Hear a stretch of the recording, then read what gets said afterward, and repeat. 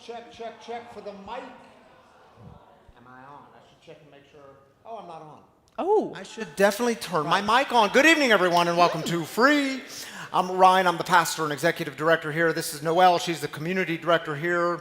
Welcome to all of you on this Saturday night. For all of you joining us online, welcome. We're glad you're here. We're glad you're part of this community. This is a community for addicts, loved ones of addicts, and spiritual refugees. And what we do here is break the silence of addiction and create space for healing, recovery, and spiritual connection. And there's always one thing we don't do, and you can shout it out on the count of three, all four words. 1, 2, 3.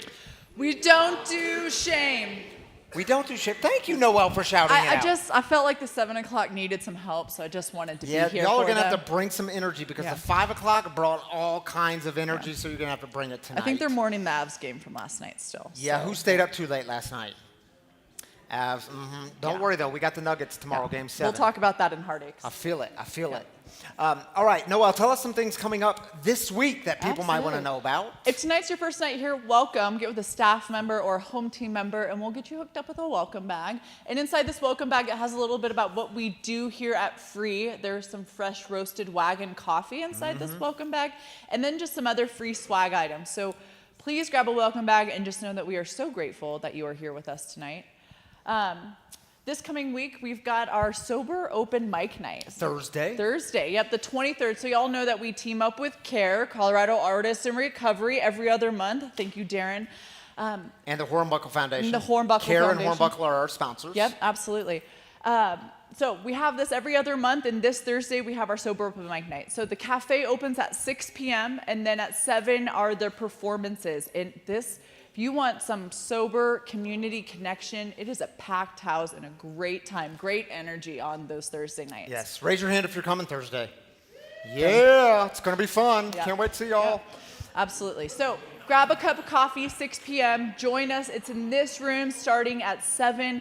And a lot of times for these Sober Open Mic Nights, it's people in early recovery kind of showcasing their recovery for the first time and living their recovery out loud. So come support a good cause. It's great performances. There are some powerhouse performances. Yes, there are. So we'll see you on Thursday. It'll be a great time.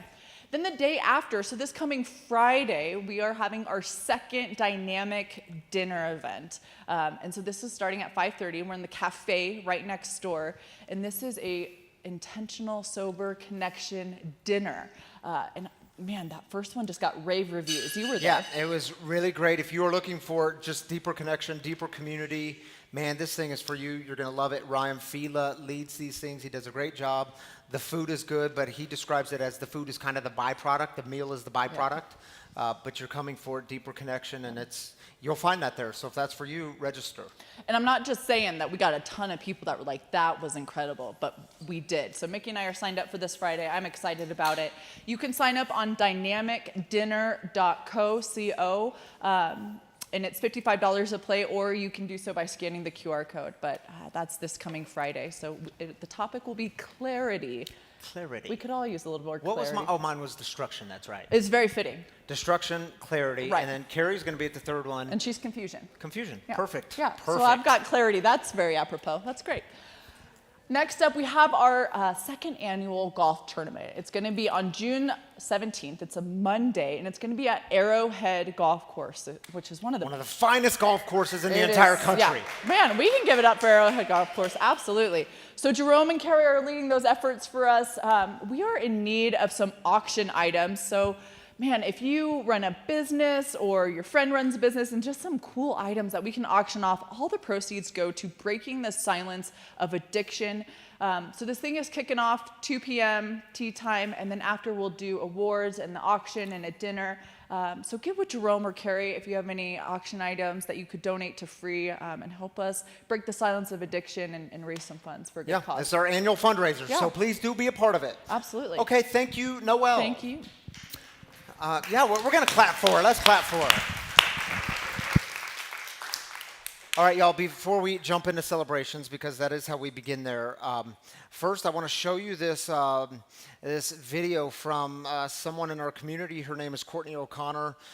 She's doing some very important work in the world right now. In fact, I've been leading a cohort for the past 9 months. We just wrapped up of people interested in starting a recovery community and people all over the country. It was all kinds of fun. Courtney was in that cohort, and man, she's just like doing some really incredible work in the world. Here's a video from Courtney from her perspective of being the loved one of an addict. Check it out. Breathe. The past 72 hours has been absolute hell. Your husband, your rockin' soulmate, has been transferred to a psychiatric facility.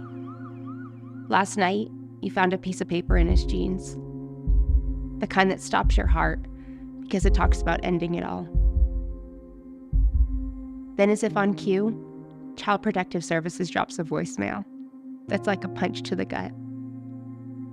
You've been on the phone constantly the last 3 days, calling and vetting dozens of treatment centers, trying to find one that has the resources and expertise for a patient with co-occurring mental illness who is in late-stage alcoholism and has recently suffered a seizure. These are all terms you barely understand, but now define our crisis. This afternoon, you had to start talking to lawyers about getting him out of a place that feels more like a prison than treatment, wondering how care became more about profit than healing. Despite the constant presence of your family and friends, you still feel utterly alone. Reality is hitting you like a truck, but you're still trying to wrap your mind around what's next. Right now, it's just you and your beautiful little girl. Taking one breath, 1 minute, one day at a time. You're a mess of fear, anger, and confusion. Trying to piece together where things turn left, how you miss the signs, and how the man you love could drift so far from the person you thought he was. But in the middle of this storm, you now find yourself praying for some magic fix that will bring him back to you, or for some miraculous return to normalcy. My name is Courtney, and I'm an average person from Colorado. I go to work, pay bills, and like anyone else, I've got my fair share of ups and downs. But 2 years ago, my family's life was flipped upside down, and it's a story I think needs to be shared, not because it's unique, but because it's alarmingly common. With an estimated 300 million people globally living with this condition, often hidden in the shadows. So what would I say if I could talk to the Courtney of the past? I'd tell myself that this nightmare wasn't a cruel detour. It was our path. It led us to understanding, strength, and the kind of faith you can't fully describe. By diving into the real science of addiction and stripping away your old biases, you will come to see that your husband, your wife, your son, your daughter, your mom, your dad, or anyone else you love that is battling this disease is not a problem to be fixed. We learn that addiction doesn't just affect one person. It's a family disease, and you will have a lot of work to do yourself. But together, you and your husband found your footing again. The truth is, some days it feels like we've got it all figured out. And other days, it's like we're back to square one. But here's the thing, you're not alone. Millions out there are watching someone they love suffer in silence because they have a chronic, lifelong disease that is too often misunderstood or judged. It is not seen as a disease that targets the brain, resulting in behaviors that are viewed as moral flaws or weaknesses rather than symptoms. You know what's bizarre? The thing that's killed more Americans in the last 24 years than all US wars combined is glamorized. While those fighting the battle feel they must hide in the shadows. But I'm here to tell you, breaking the silence, that's where change starts. And if there's one thing that's crystal clear to me now, it's that the opposite of addiction is connection. And so I'm here, sharing our story, not because it's unique, but because it's far too common. And if by speaking out, we can light a path for even one person, make them feel less alone, then it's worth it. Let's talk about it. Let's be there for each other. And let's tear down the walls of stigma together.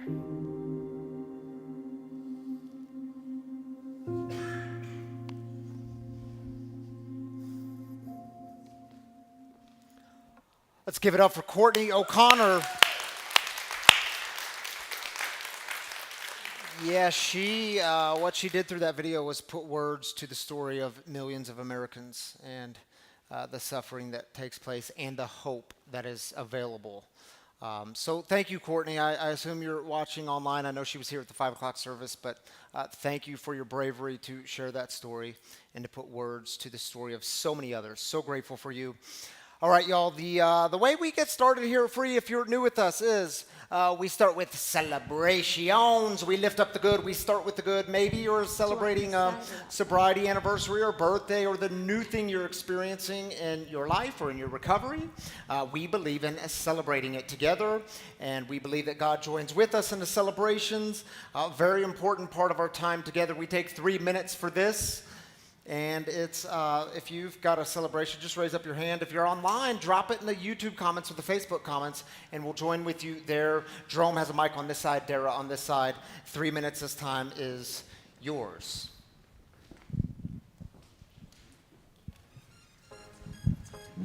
Hi, my name is Melanie. I'm an alcoholic, and I am on day 163 of my recovery. Way to go, and Melanie! It is so beautiful, so thank you. Congratulations, Melanie. Glad you're here. Hi, my name is Lily, and I'm celebrating 6 months sober and my first free service. All right, way to go. Congratulations. Glad you're here. Hi, my name is April. I celebrated 7 months clean and sober on Wednesday the 15th. All right, way to go, April. Congratulations. Hi, I'm Ryan, alcoholic, visiting from Los Angeles. I'm celebrating 22 days sober. Ryan, glad you're here, dude. Welcome. Happy 22 days.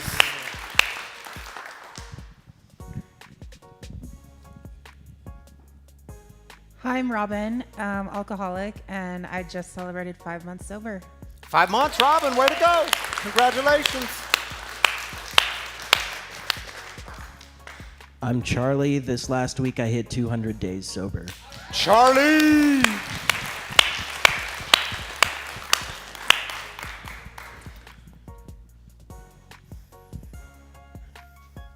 Jerome, you have a bit of a celebration, don't you? I do have a celebration. My mom is in town from Minnesota. It's her first time. She's seen it online, but first time experience in-house. In person. Welcome, Mom. We're glad you're here.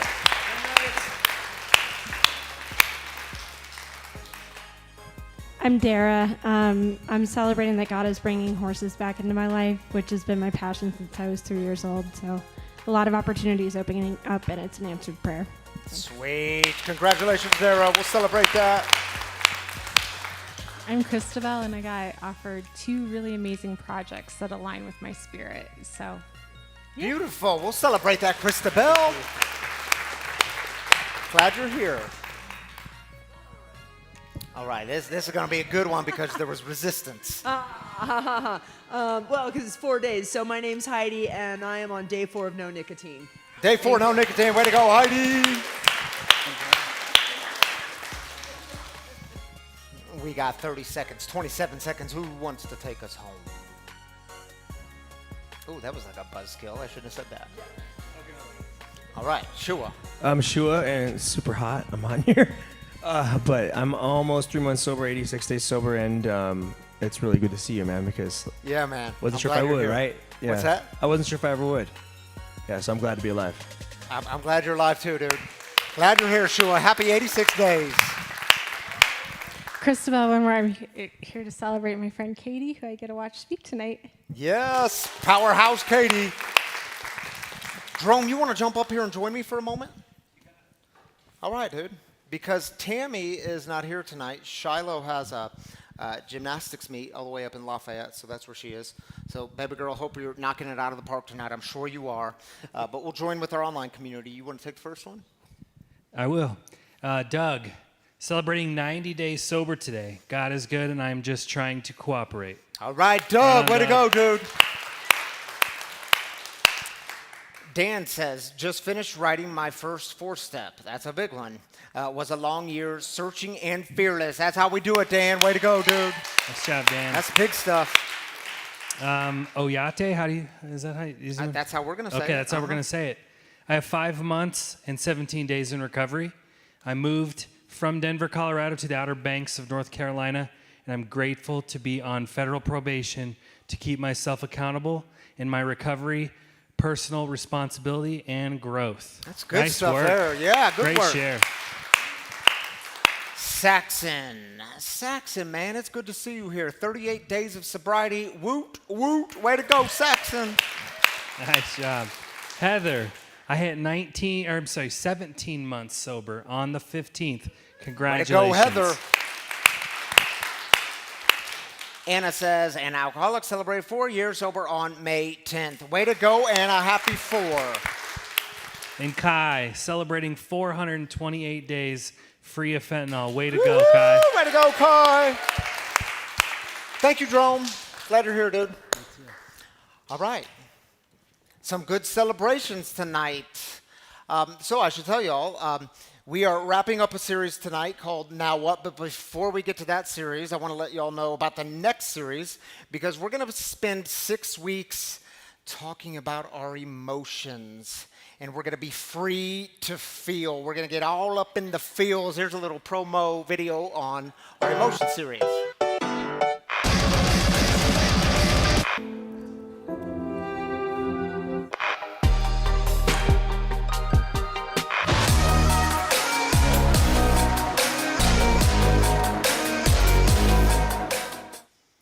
Yeah, that'll start next week, emotions. But before we get there, tonight is the last week, the 7th week of our series on Now What? We've explored all kinds of topics. You can go revisit those on YouTube or Facebook if you're interested.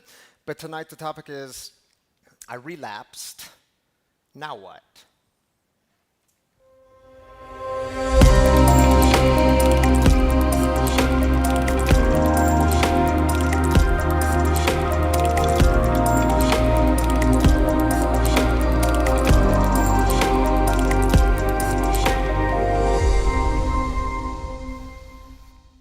Well, if you are in recovery from addiction, you surely know that there is some bad news and there's some good news.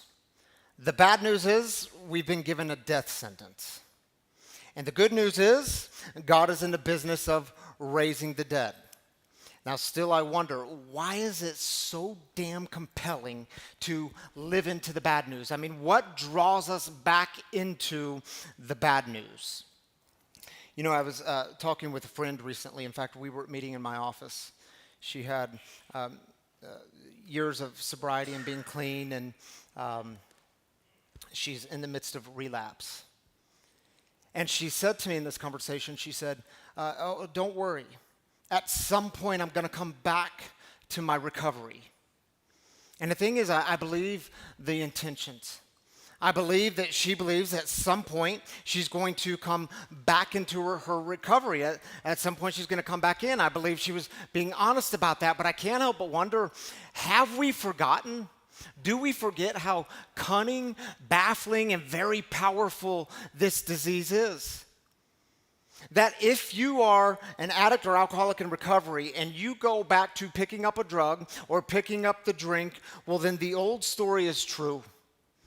It is like getting back into the cage and start dancing with a 500-pound gorilla.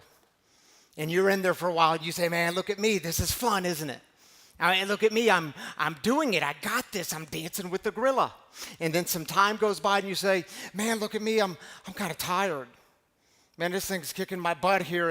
And you say to the gorilla, you know what, I'm kind of tired, my butt's being kicked, and I think I'm going to exit the cage now. And you walk towards the exit only to find that the gorilla grabs you by the back and pulls you back in and says, squarely in the eyes, looking at you, you think you can get away from me so easily?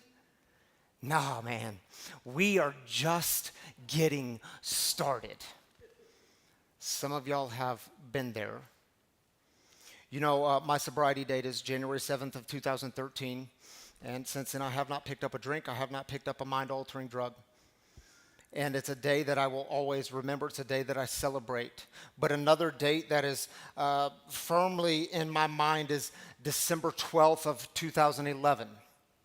Because that was the day for the first time in my alcoholic career, it was the day that I put down the drink. And I largely did it on my own, and I was miserable, so I stopped, and I was feeling good. I was exercising that muscle called willpower, and I was doing it, and I was feeling good, and I can tell you it lasted for about 5 months. And then on May 27th of that year, Tammy, my wife, and I, we went up to Vail, Colorado to celebrate her birthday. And I'll never forget what she said to me. And y'all, I do not blame her for this. That's important to say. I don't blame her. She didn't know anything about addiction. Man, I barely knew about addiction and the things I did know. I didn't know about the obsession of the mind. I didn't know about this thing called the phenomenon of craving. I didn't know that once you started, you couldn't stop. I didn't know about this thing called the allergy. I didn't know any of that. And she said to me, you can have just one drink, right? And you know what I said? Yeah, I can do that. Yeah, I can have a drink.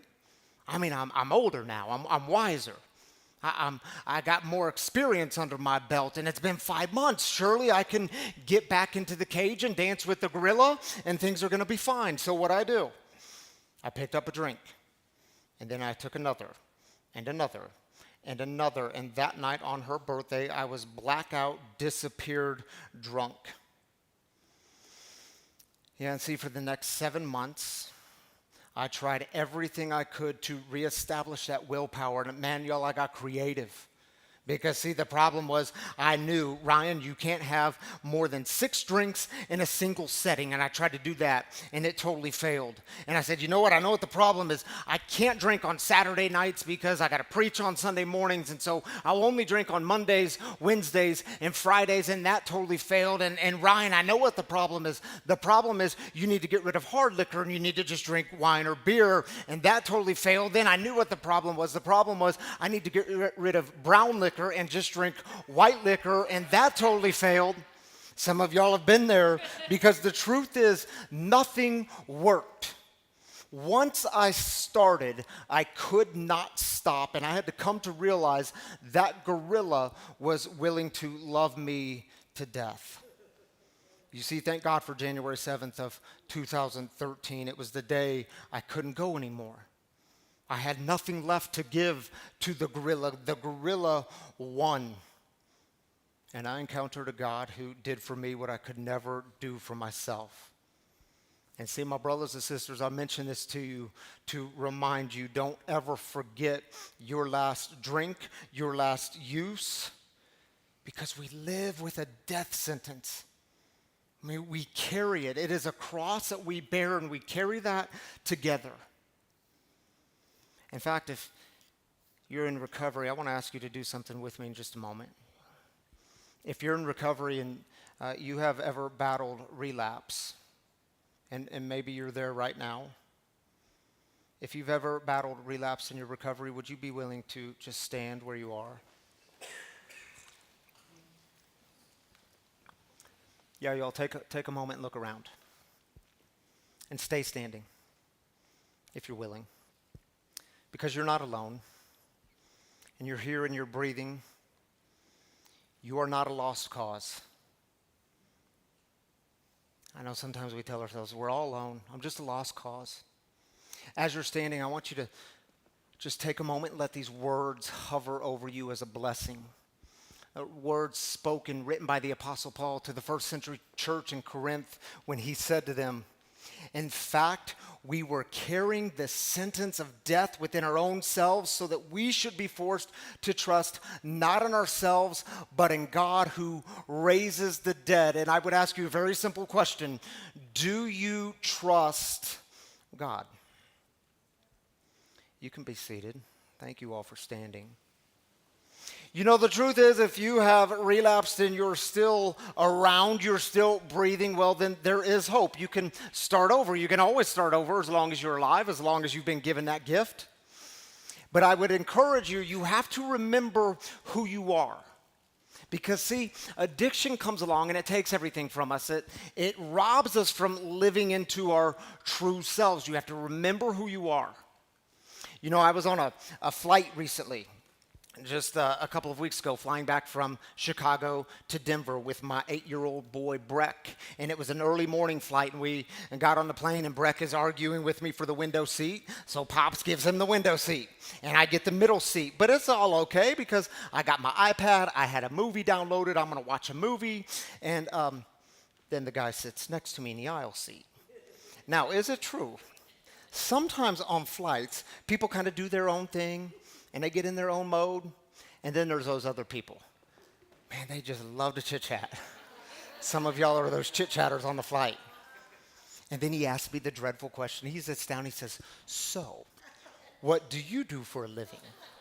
And I'm like, oh man, that question, it's dicey because the moment you drop in the words, "I'm a pastor," man, the conversation, it just, sometimes you don't know where it's gonna go. And I'm thinking to myself, I'm just gonna lie to him. No, I didn't lie to him. I told him the truth, and I told him, I said, I serve as a pastor and executive director of a recovery community in Denver, and usually when the word recovery gets dropped, well, it either really pulls people in or just totally shuts down the conversation, but this is not the thing that pulled him in. Do you know what pulled him in? He says to me, "Oh, that's interesting. Tell me, what exactly does a pastor do?" And I'm like, man, I know, I should have told him I was an electrician. He wouldn't have asked so many questions. So I thought about it for a moment. I said, you know, I get to constantly remind people who they are. I mean, that's my job. I get to remind people who they are. Because the truth is, we forget, don't we? I forget who I am. You forget who you are. We forget who we are. And I get to remind us who we are. You know, it's been very interesting we've been doing a Bible Curious group on Tuesday afternoons at noon in the cafe, and just some of the most fascinating conversations and questions and topics that come up.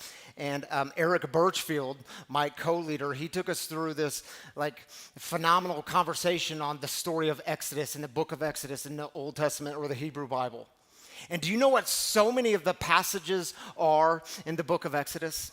So many of the passages are, don't forget who you are. No matter what happens, don't forget who you are. Don't forget that you cried out and God heard your cries while you were in slavery in Egypt. And you Israelites, don't forget that you were rescued and that you have a higher purpose and you're going to go be free now and you're going to help other people be free. Don't ever forget who you are. And then you get later on in books like Deuteronomy and even some in Exodus, so many of the passages are, why are you forgetting who you are? Don't you know you were set free from slavery? You were rescued. Why are you trying to go back there? You are created to be free. Don't forget who you are. And you know, there's another New Testament book. It's a letter. It's a letter from the book of Ephesians. And I'm telling you all this because I had a whole list prepared for tonight. And I'm going to get to that list in just a moment. I'll just say it now. I had a whole list of things I was going to tell you to do. That if you relapsed, man, I was going to expound on this list. That you've got to swallow your pride, you've got to surrender, and you've got to reconnect with your recovery program, whatever program that is. I was going to tell you that to face your greatest fears, and you're going to have to get honest with yourself and ask God for help, that you're going to have to completely smash the delusion that you as an addict or alcoholic could ever pick up a drug or drink again.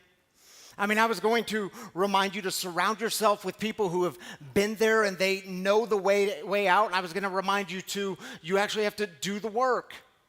Because remember, faith without works is completely dead. But I also know this other truth. If you don't know who you are, you will never really do the work.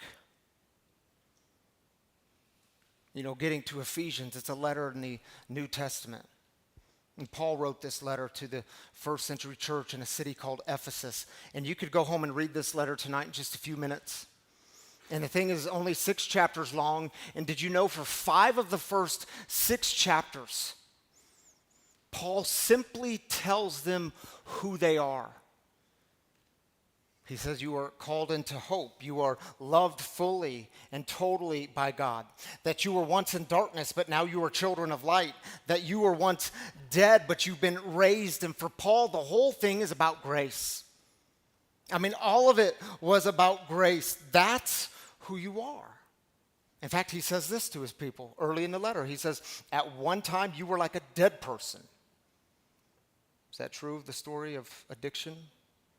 You were like a dead person. However, God is rich in mercy. God brought us to life. God did this because of the great love that God has for us. You are saved by grace. That's who you are. Raised to life. The whole thing is about grace. I mean, think about your story. Did you do anything just so great in addiction to earn it? To earn love, to earn grace? Nah. In fact, grace is a gift that's always freely given. If you have to do something to earn it, well, then it's not really grace, it's something else. You, my brothers and sisters, have been called into hope.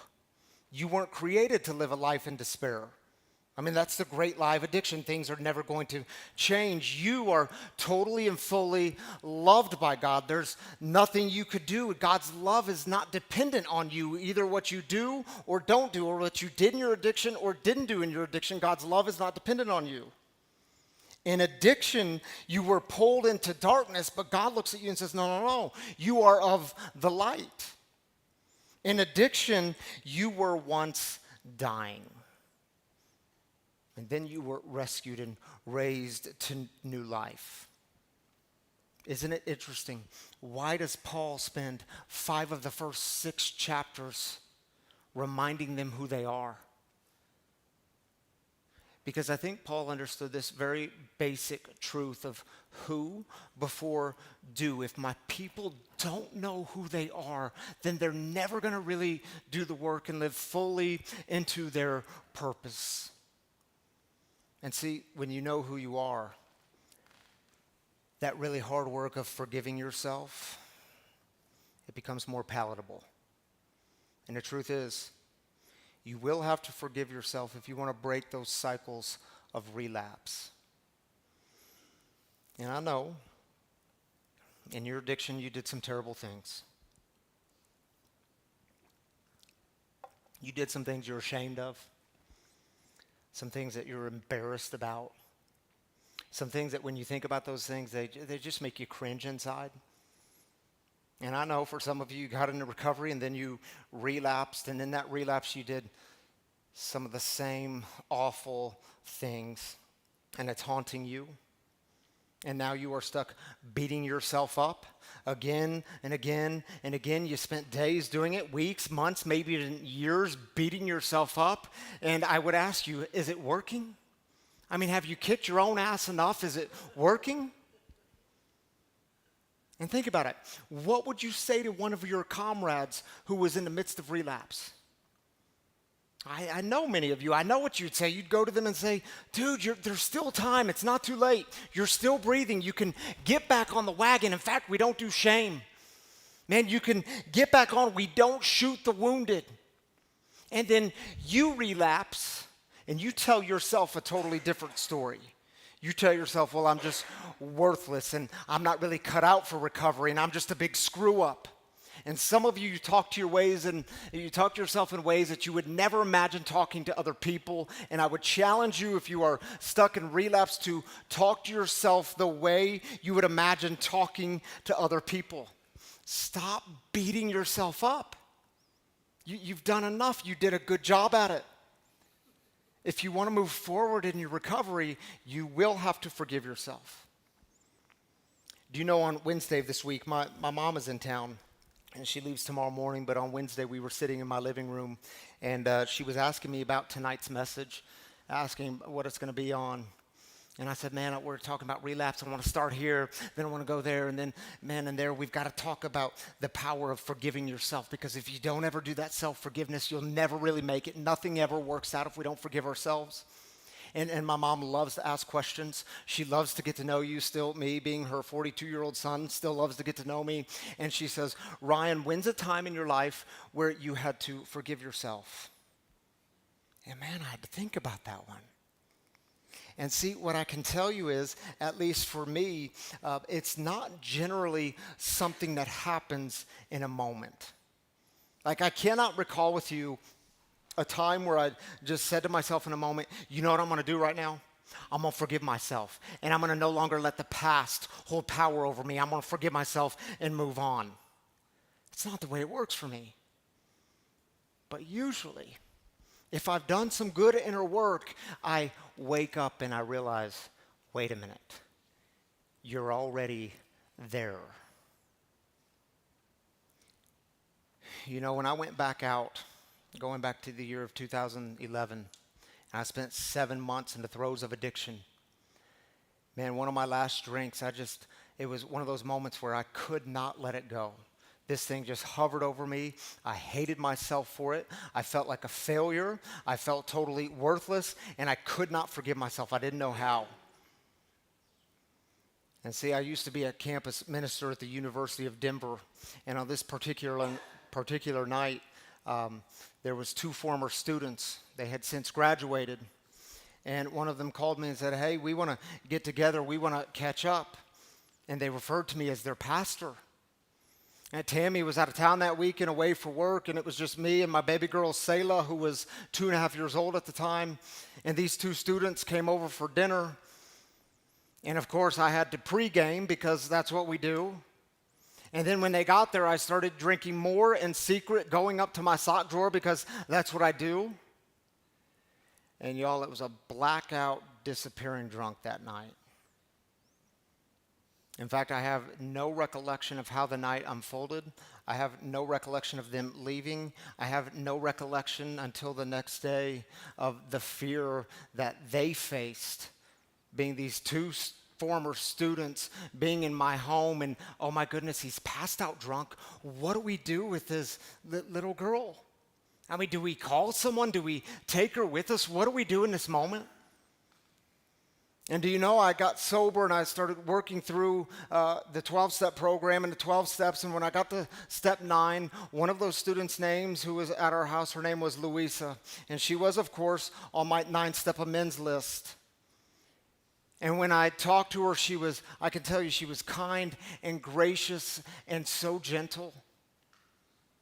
And I didn't talk to her for a few years. And by this time, I'm 7 years sober.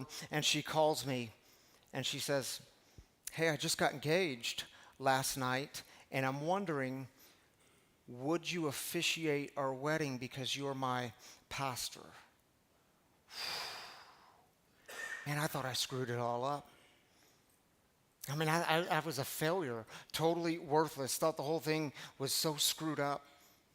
And y'all, I will never forget standing in that backyard at that altar in that COVID time, 2020, and them walking down the aisle, and I remember thinking to myself, it wasn't like, oh, I've forgiven myself, because that's not usually the way it works. It wasn't the word of forgiveness, but it was, oh my goodness, I'm free. The past no longer holds power over my present. I am free, and I can't tell y'all what a grace-filled moment standing there was. And see, maybe you're here tonight and it's after the relapse, but you're telling yourself, man, Ryan, all the stuff you're talking about, new life and forgiving myself and having inner peace, it all seems so impossible. I mean, how does it happen? It seems too good to be true. And so I want to close with this beautiful story from John's Gospel. In fact, it comes right after Jesus' resurrection. And some of his followers, they see the risen Christ, and they're saying, oh my goodness, new life is standing in front of us. And they're so excited. They want to go and tell the others. One of the others, his name was Thomas. And they said, oh my goodness, we got to go tell Thomas because this thing's just going to totally blow his mind. And they go share with Thomas the good news, and he's one of the disciples. And here was Thomas's response. But Thomas replied, unless I see the nail marks in his hands, put my finger in the wounds left by the nails, and put my hand into the side that the Roman soldiers pierced right before he got on a cross, I won't believe. After 8 days, his disciples were again in a house, and Thomas was with them.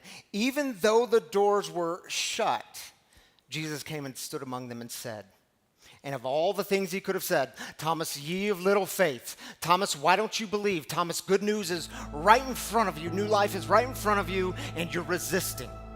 Out of all the things he could have said, he says these words to Thomas, peace be with you. Thomas, he said, put your finger here and see my hands. Reach out and put your hand in my side. Some of you have come back after a relapse, and even before the relapse, you struggled with all the God stuff. You didn't know how to make sense of it. You still don't know how to make sense of it. And I would say it's okay. Peace be with you. Maybe you're here tonight and you're saying, man, I know the God of willpower totally failed me. I mean, I relapsed, but I'm scared to death that this God is going to fail me too. And I would tell you it's okay. Peace be with you. And notice in the story, Thomas doesn't take off and run. He stays present with all of his doubts, all of his questions, all of his battles. And maybe for Thomas in that moment, new life was simply too good to be true. And let it serve as a reminder to you, don't run. See if you encounter the God who says, peace to you. And I know what the struggle is like. I know the battle. Look at these hands. I know suffering. Look at my side. Go ahead, you can touch me. This God is always near. See, you don't have to have all the God stuff figured out. You don't have to have all of recovery figured out. All you have to have is some willingness to let go of the old and see what's right in front of you. Peace be with you. So what I want to do right now is play a song for you. It's one of my favorite songs, helped me tremendously in my own recovery. I invite you to take a moment and reflect. This song is called Starting Over by Macklemore. Take a listen.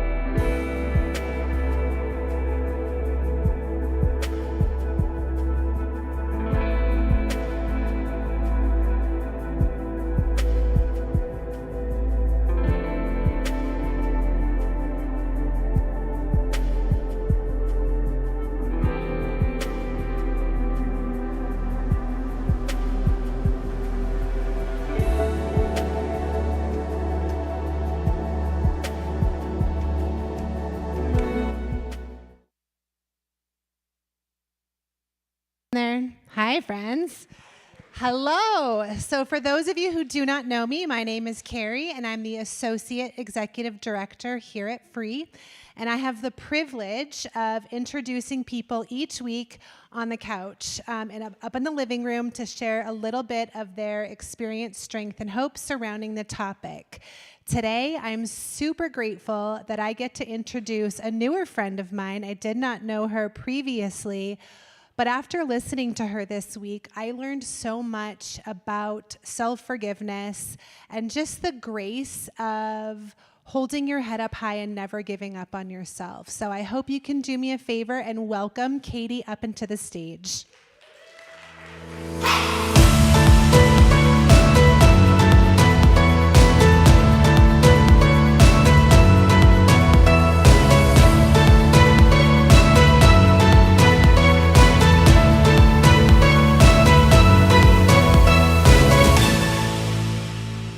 Hello, Kady. Oh, is it working? Yeah, it's on. All right. So I wanted to start. So Relapse is probably, I think, one of the least exciting things about your story. But in order to kind of understand where that comes in, let's go back to the beginning. You grew up in Alaska up until around just before high school, and then you moved to Las Vegas, both for high school and college, went to UNLV. Can you talk about kind of where your drinking started and when you realized that perhaps you were starting to have a problem?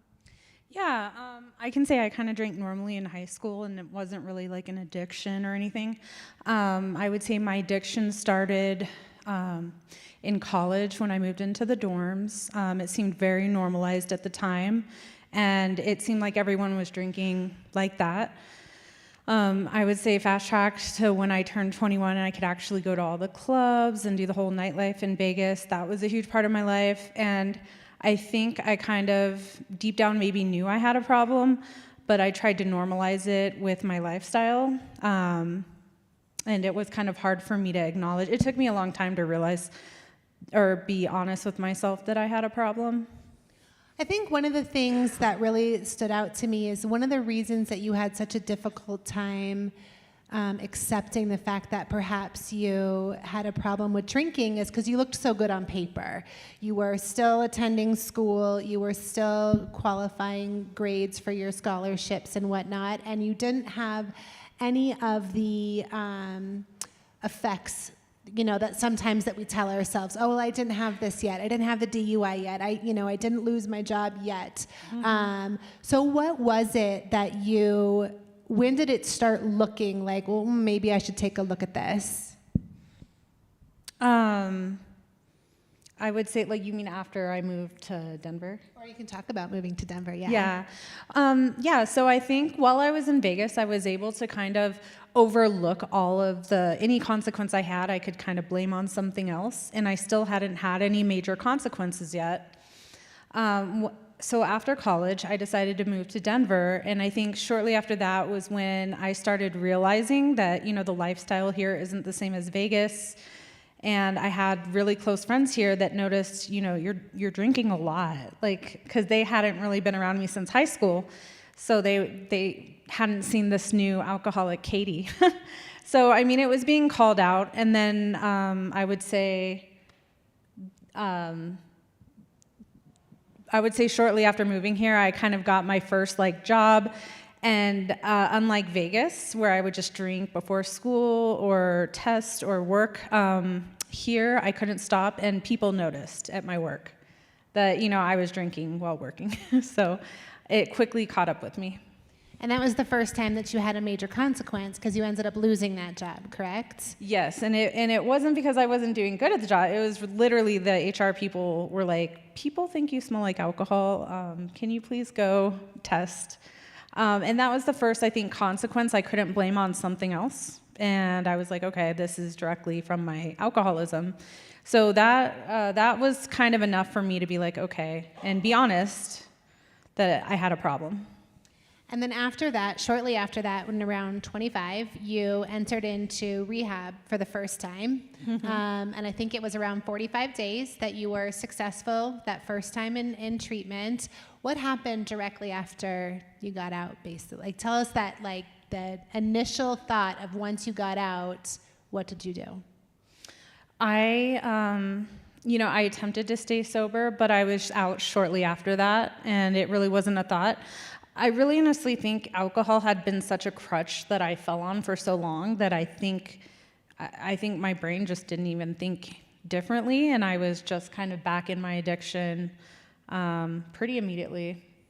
And then for the next 10 years, and it looked different in those 10 years, but for 10 years of that time, from the first time going into treatment until today, you had a bunch of different ups and downs in that recovery journey. Can you kind of give us a brief overview kind of what that looked like, of the ins and outs of recovery? Yeah.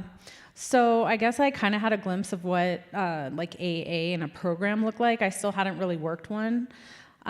So I would say for about 5 years after that, I didn't really think I was ever going to get it. And so I really never attempted to stay sober. So I was just kind of out in this very lonely place for about 5 years. Then I had the gift of desperation and decided to go back to rehab and ended up staying sober for 2.5 years. And in that time, I got very involved in the program, had service positions, friends, everything where my life revolved around sobriety. Unfortunately, though, I relapsed again after this 2.5 years. And that leads me up until now. I would say I had the program in my head. I had all the same friends, and I'm very lucky to have such a strong support system with my family, my friends. My husband is in this program. And I guess I never gave up on myself, but I was in and out. And it was a horrible place to be, to not be able to put time together, but to keep showing up. There is a lot of shame behind it. But yeah, I guess I just never wanted to give up on myself. I knew, I knew the program was there, and I just continued fighting for it. Yeah. I think one of the most fascinating things that I found about you was your willingness. You were always willing to either get back in there, and we all know how hard that is to get back in and say, yep, I'm here again, and that's not easy to do.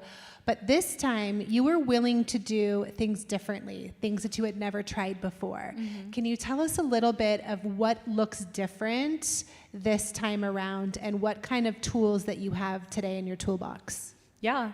I will say one of the biggest differences this time around is I now have a family, and I did have a daughter, and she really made me kind of look at my life and address some of my past traumas, some of my other issues outside of addiction. I think I've always struggled with anxiety and like ADD and things like that, where I've never really wanted to go to the doctor. And I've always thought there was a stigma behind getting on like anti-anxiety medication. And then I think there was a point when my daughter was 2 months, and they pretty much told me, you have postpartum.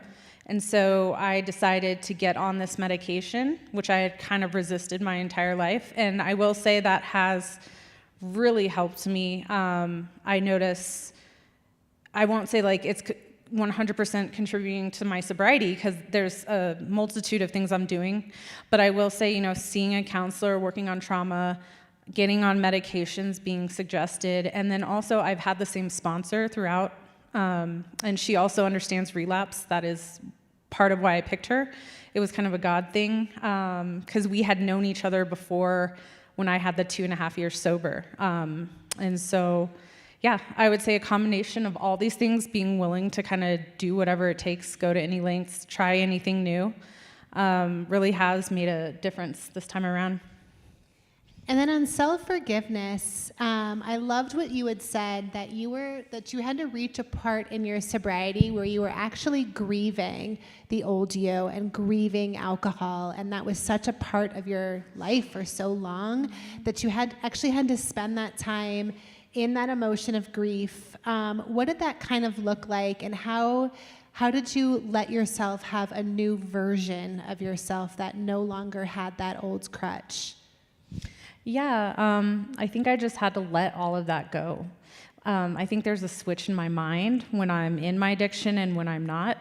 And I think before, when I had grieved alcohol, that was before I knew there was another side of it. So I think everyone has that. Like, before you ever get sober, you're like, is my life gonna suck? Am I gonna be boring? Like, what's it gonna be like? And then you have that grief time. Now, once you get sober, you realize how good life gets and how much stuff, there is to do and how not boring life is. So then if you relapse, you kind of have that in the back of your head. And that helps a lot, knowing like what's on the other side of it, and that this is not, it's like living in hell, pretty much, relapse. And to the person who's still living in hell, the person who doesn't know how to get off that roller coaster and doesn't know how to picture themselves that this will ever work for me, what words of wisdom can you leave us with tonight to the person who's still out there? I would say don't give up on yourself. You have a community behind you. You don't have to do this alone. And be willing to do whatever it takes. And just keep showing up. You have the whole rest of your life ahead of you, and you can get through this. Thank you so much, Kady. And will you stick around in the cafe after if anyone wants to come and talk to you? Thank you so much. Thank you. Thank you, Kady and Karie. So good to have you and your whole family here, Kady. Chance is in the back, of course, working on the tech team. He's volunteered with the tech team. What did he say? Oh, Chance, yes. They're just shouting his name. We're not awkward here at all. He's been volunteering on the tech team for over a year now. So grateful to have you, Chance, and your little girl, Ava. So good to have all of you here in this community. Well, listen, the way we close here at Free on a Saturday night, if you're new with us, you should know we close very similarly to how we begin. We close with heartaches in a very similar way to the way we do celebrations. Maybe you've been carrying something really heavy this week, and you haven't yet put words to it. You haven't let anyone know, and maybe it's not really heavy, but it's just kind of hovering over you. And what I know is it's why we have community. You don't have to carry these burdens alone. We have a God who hears the cries of the people. If you're here and you have a burden, you want some prayer, some encouragement, some uplifting for, Darren has a mic on this side, and Karie has a mic on this side. Just raise up your hand. They'll get you a mic. And if you're online, again, drop those heartaches in the YouTube comments, Facebook comments, wherever you're joining us from. And this 3 minutes is yours.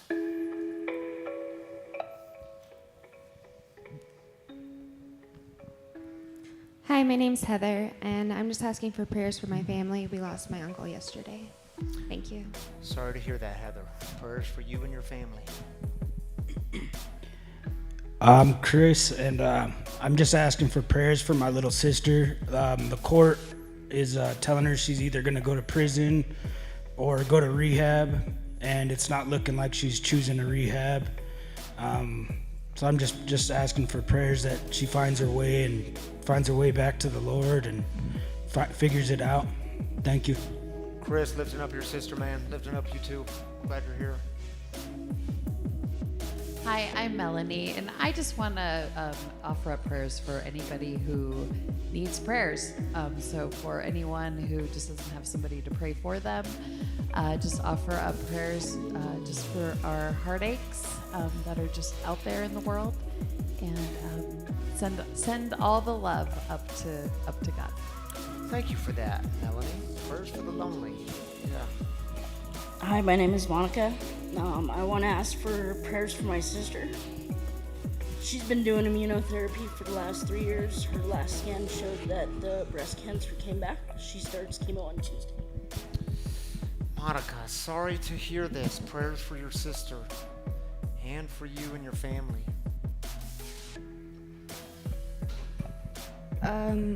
I just want to ask for prayers for my family, me, my mom, and my brother.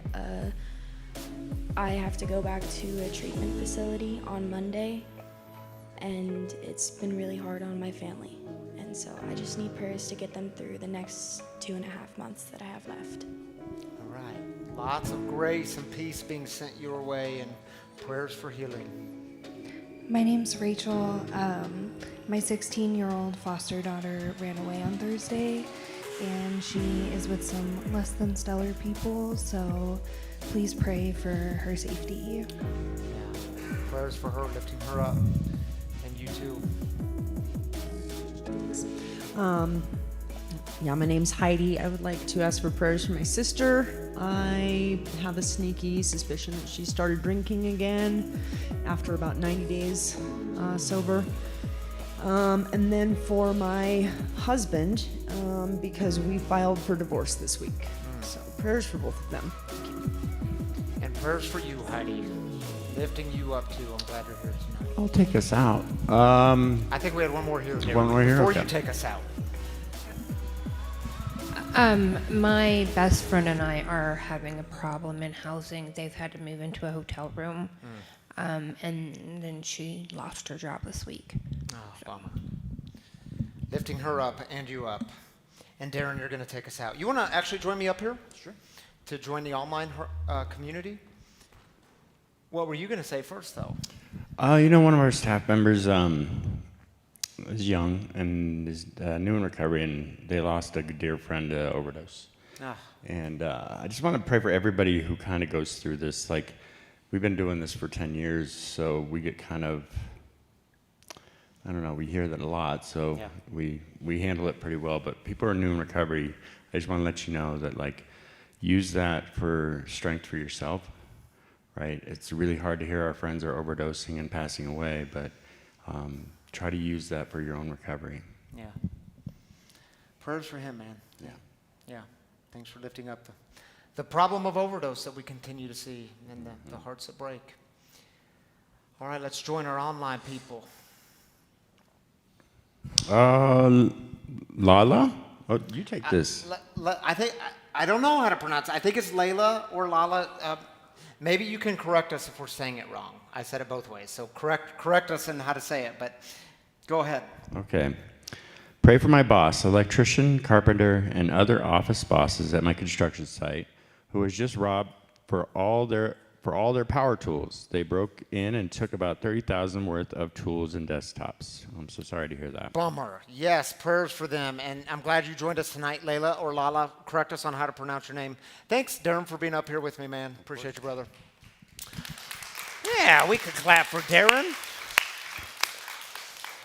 Well, if you've been impacted by the mission of breaking the silence of addiction, which is who we are and why we exist, well, I want to let you know that we're really grateful for your generous giving. We rely on your generous giving.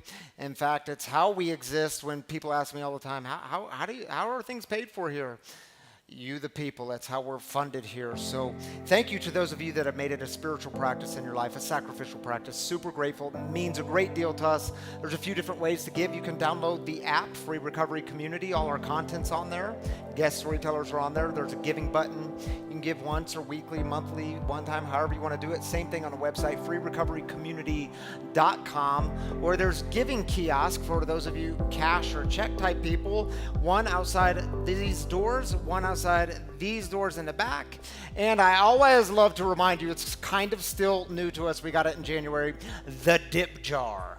If you haven't used the dip jar yet, you just take your credit card, you dip it in, you dip it out. You can't give more than $20 or less than $20. It's set at $20. Safe, simple, secure way to give. And when you pull your credit card out, it lights up and you get to feel good about your giving and breaking the silence of addiction. So thank you. Seriously, thank you all for being a part of giving here. It makes a big difference here, big impact. Thank you for being a part of it. Shall we go out with a prayer? Yes, I'm waiting for someone to shout no sometime. It's going to be incredibly awkward.